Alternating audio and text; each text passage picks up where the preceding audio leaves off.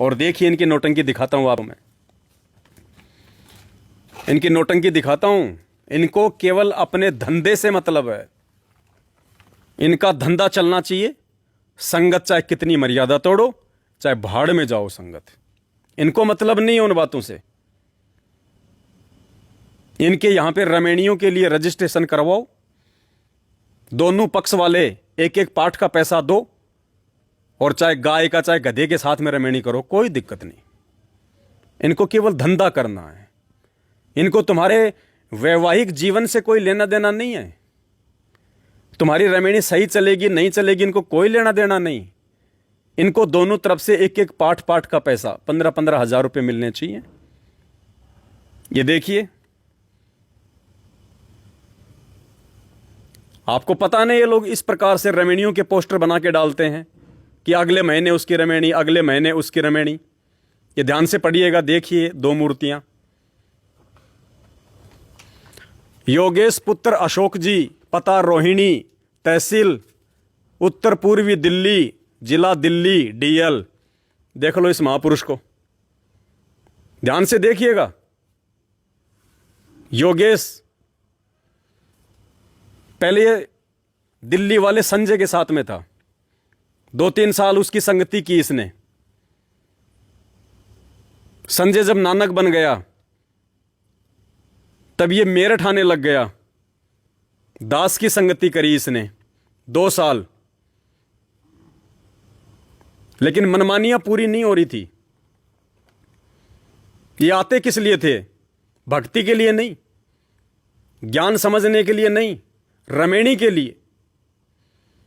और साध संगतियों में हमने स्पेशली मना कर दिया था कि साध संगति में कोई रमेणी की चर्चा भी नहीं करेगा। ये भगवान का सच्चा दरबार है।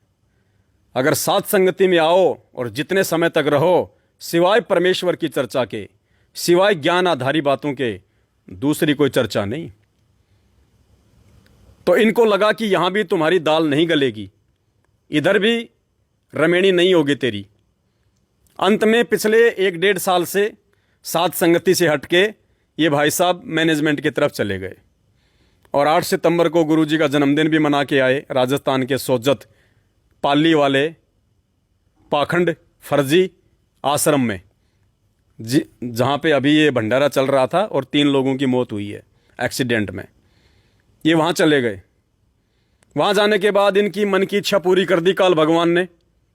एक ये बहन है सोनू पुत्री महावीर जी, पता छानी बड़ी, तहसील भादरा, जिला हनुमानगढ़, राजस्थान। दहेज मुक्त 17 मिनट में आगामी रमेणी 2022। ये 12 नवंबर को है इनकी रमेणी। इन दोनों को ध्यान से देख लीजिए।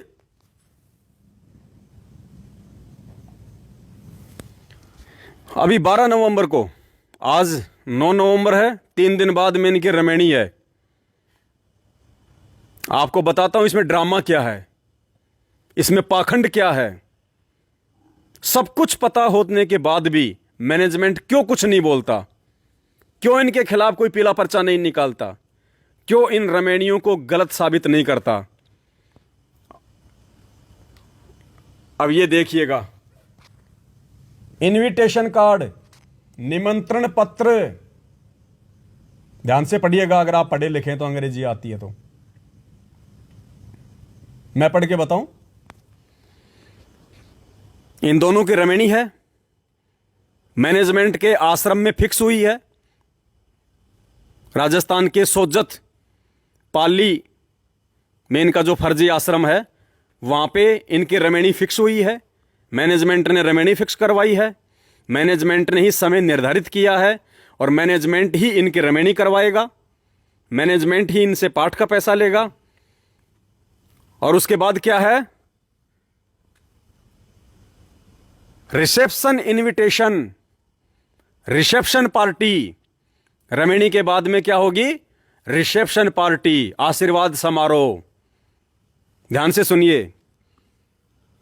वी कोर्डियली इनवाइट यू, हम आपको हृदय से आमंत्रित करते हैं to join and celebrate the reception party. Celebrate यानी उत्साह मनाओ, उत्सव मनाओ हृदय से। ये उत्सव मनाने के लिए, ये सेलिब्रेट करने के लिए हम आपको इनवाइट करते हैं।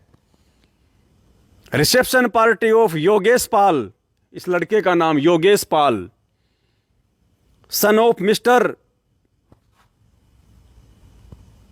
Of mistress Vijay Rani and mister Ashok Kumar and Sonam जो लड़की है, daughter of mistress Priyanka and mister Mahavir Singh, on Saturday 12 November 2022 dinner time. Dinner ड्रामे देखिएगा अब। Dinner time 7 PM onward. जगह कौन सी है? Royal paper banquet hall, pillar number 434, D mall, 2nd floor, sapphire hall, sector 10, near Rohini waste metro station, Rohini, Delhi. 12 तारीख को जाके ड्रामा देख लेना भाई। कौन करवा रहा ड्रामा? सतलोक आश्रम मैनेजमेंट हरियाणा। किसने की है रमेणी फिक्स? सतलोक आश्रम मैनेजमेंट हरियाणा ने। पुण्यात्माओं, ये धंधा है, धंधा। इनको सिर्फ पैसे चाहिए।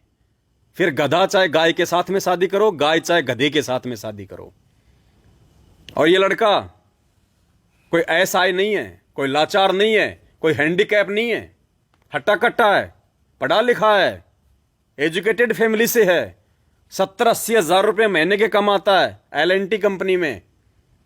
जयपुर में इसने 20-25 लाख रुपए का अपना खुद का इसने फ्लैट ले रखा है। लाचार नहीं है, किसी के साखियों के भरोसे नहीं है, बैसाखियों के भरोसे नहीं है। लेकिन ये जानबूझ के ये मर्यादा तोड़ रहा है, जानबूझ के मर्यादा तोड़ रहा है। सत्सेवकों की संगति कर चुका है, सही गलत का पता है, फिर भी जानबूझ के अपने पैर पे कुल्हाड़ा मार रहा है। भगवान को बदनाम और दुखी कर रहा है। परिणाम कौन भोगेगा आने वाले समय में? फिर कहेंगे वो एक्सीडेंट में मर गया। भाई संत रामपाल जी का भगत था, एक्सीडेंट में मर गया। अरे वो संत रामपाल जी का भगत था, लेकिन वर्तमान में काल का भगत है।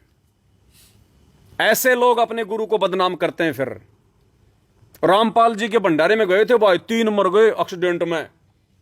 रामपाल जी ने कब दिया था न्योता कि आओ भंडारे में, मैं भंडारा कर रहा हूं। ये लोग अपने धंधे के लिए भंडारे कर रहे हैं, मैनेजमेंट वाले, उनका परिवार। रामपाल जी किसको पूड़े खिलाएंगे? संत रामपाल जी तो खुद 2014 से जेल में बैठे हैं। हिसार जेल की सूखी रोटियां और वो पानी वाली वो दाल खा रहे हैं। वो किसको भंडारे कराएंगे?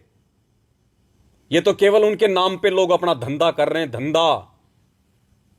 मूर्ख संगत के कंधों पे पैर रख के, ऐसे ऐसे पढ़े लिखे लोगों की बेवकूफी के कारण खुद के कर्म फोड़ रहा है, इस लड़की के कर्म फोड़ रहा है। खुद की मर्यादा टूट रही, लड़की की मर्यादा टूटी। कल को अकाल मौत मरेंगे तब कौन जिम्मेदार होगा? संत रामपाल जी के भगत थे भाई, संत रामपाल जी के भगत।